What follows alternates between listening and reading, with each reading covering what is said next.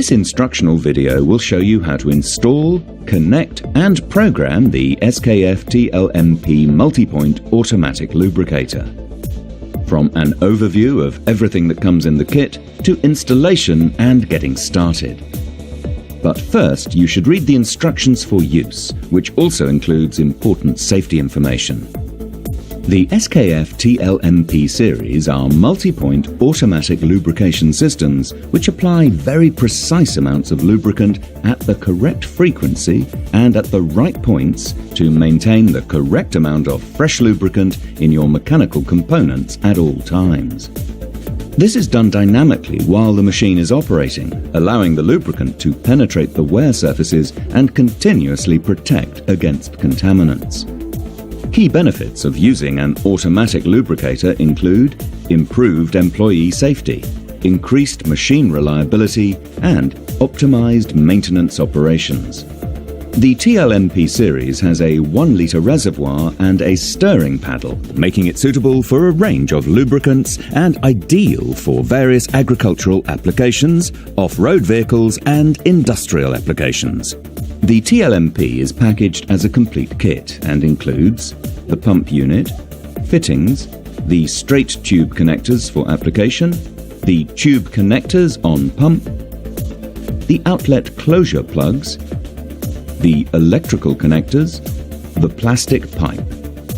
Depending on your configuration, you can use some or all of the outlets. With the pump unit mounted on a firm surface, connect the pump to the correct power supply. The electrical installation should be done by a qualified electrician and must comply with the specifications provided in the Tlmp instructions for use. You can use, amongst other methods, SKF Lube Select to select a choice of SKF greases according to the running condition of your machinery. And with SKF Dial Set, you can also identify the correct pause time to be used in the programming process of your Tlmp unit. You can access both of these SKF software tools via the following links. Once the correct grease has been selected, the unit can be filled with fresh grease. Before filling the reservoir, screw out the yellow transport locks from the metering device outlets. Then close all the unneeded outlets with screws.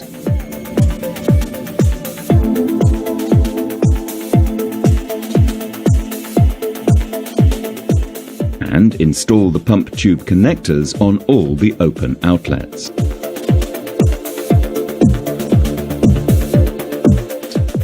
The unit can now be filled with fresh grease using either a grease filler pump or a standard grease gun.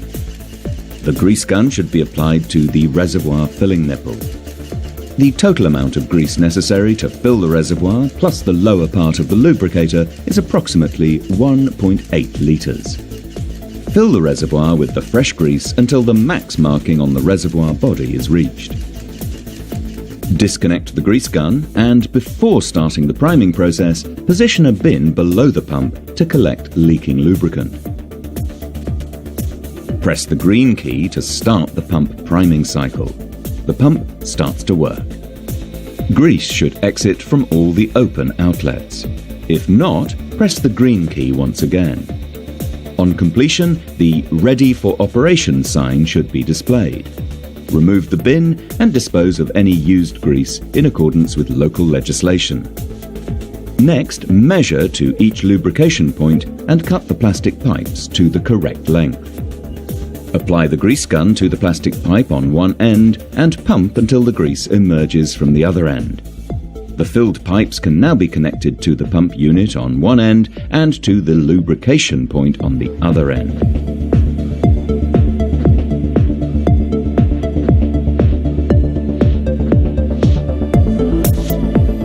The system should now be programmed to meet the lubrication needs of your equipment.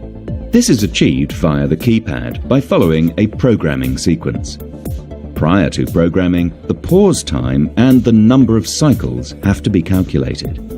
This should be done using the SKF Dial Set software. Full instructions for the programming sequence are provided within the instructions for use. To enter the programming mode, simultaneously press the green and the red keys in the keypad during at least 4 seconds. P1 should be displayed. In P1, the hour value of the pause time can be selected. Change the value by pressing the green key. Once the desired value is displayed, press the red key within 30 seconds to confirm. Otherwise, it will default to the original setting. P2 should now be displayed and sets the minute value of the pause time. Press the green key to get the desired value. In this example, P1 is set to 10 and P2 is set to 15, which will generate a pause of 10 hours and 15 minutes. Press the red key to get to P3. P3 sets the number of cycles between 2 pauses. This setting is available for the Tlmp 1008 exclusively. For the Tlmp 1018, it is set to 1 and cannot be modified. As previously, use the green key to select the right value.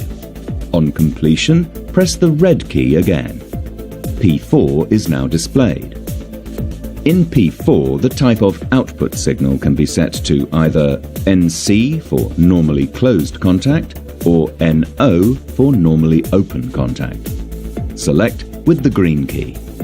Then press the red key to confirm and move to the next step. P5 is now displayed. In this step, it is determined whether a differentiation is made between a fault signal and a low-level signal. 2 dashes means that no differentiation is made. N means intermittent low-level signal, functional faults as permanent signal, on. U means intermittent low-level signal, functional faults as permanent signal, off. Select and confirm as before. P6 is now displayed. P6 defines how the pump will start when it is switched on, either with a pause time, SP setting, or a lubrication cycle, SO setting. Select and confirm. The P message should now be displayed, indicating that the programming sequence has been completed. The new settings need to be confirmed by an additional press of the red key within 30 seconds. Otherwise, the new setting will be lost. To check you have the right values programmed in, you can cycle through each one by pressing the green and red keys simultaneously. Then move from one value to the next every other second by pressing the red key, until the P message is reached again. The lubricator can now be started. To do so, press the green key.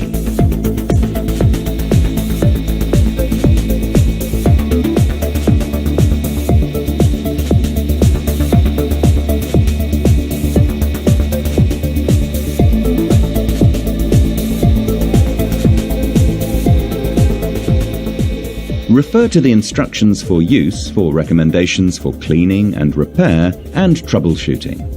For more information, go to skf.com or contact your local authorized SKF distributor.